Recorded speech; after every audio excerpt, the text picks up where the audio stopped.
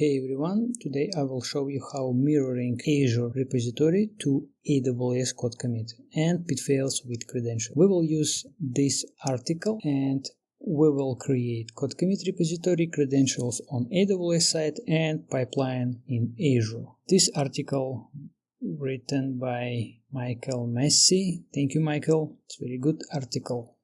But there is pitfalls with credentials. First, we need to create CodeCommit. Let's go to the AWS UI. I just copy paste from Azure name of the repo. It does not matter, but as you can see, there is space before the name. Fix it and create. It's done. We have repository. We clone URL of the repository. When we need RN in the settings, same. We copy paste it and save it in our text document. When we need policy in AWS, this policy will be attached to the IAM user.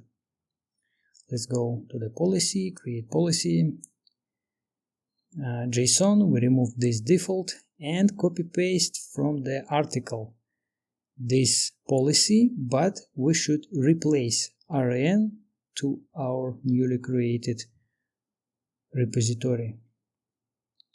I just copy RN of my repository in AWS CodeCommit and next, and it's required some name for the policy, does not matter.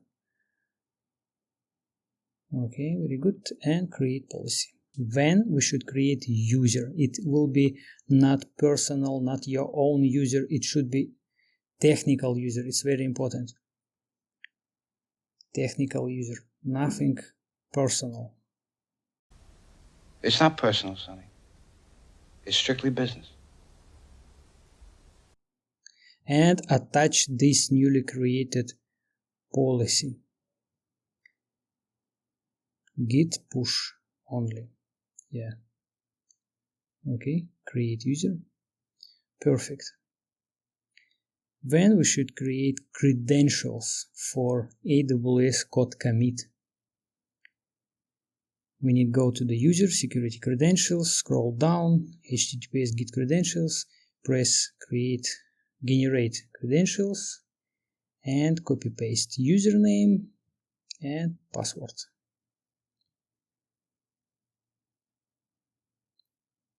Yeah, save it because when you close it, you cannot open it again. Okay, then we should create pipeline in Azure. Go to pipelines, create pipeline, just follow the article, Azure repo git. Yeah, I will show you credentials. As you can see, this token expires in 1 month, but it should be, again, it should be technical user and technical credentials and read-only access. Because if you will use your own credentials, for example, if you work in the company and you in 2 months don't work anymore in the project or company, this pipeline will be failed.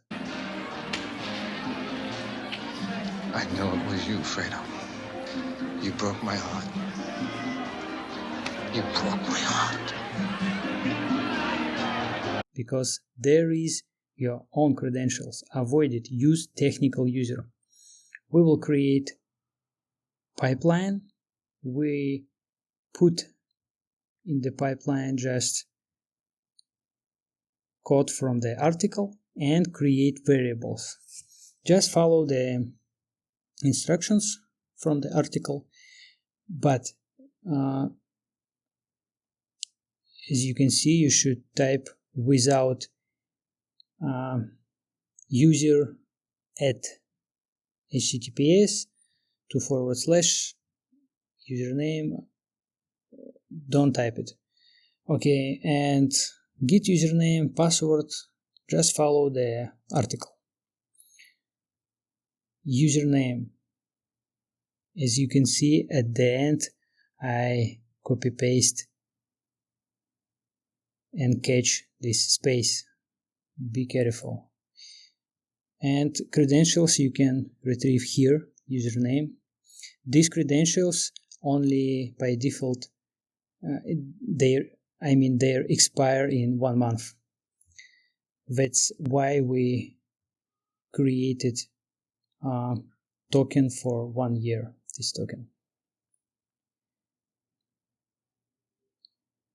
Okay.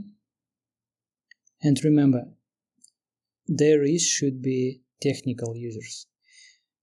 On Azure side, you need to create some email, and under this email, you need to create token and username of technical user, not your own, only technical user. Should be independent. Okay, very good. Password. Okay. And right now, as you can see, everything there. Save and run. First time pipeline.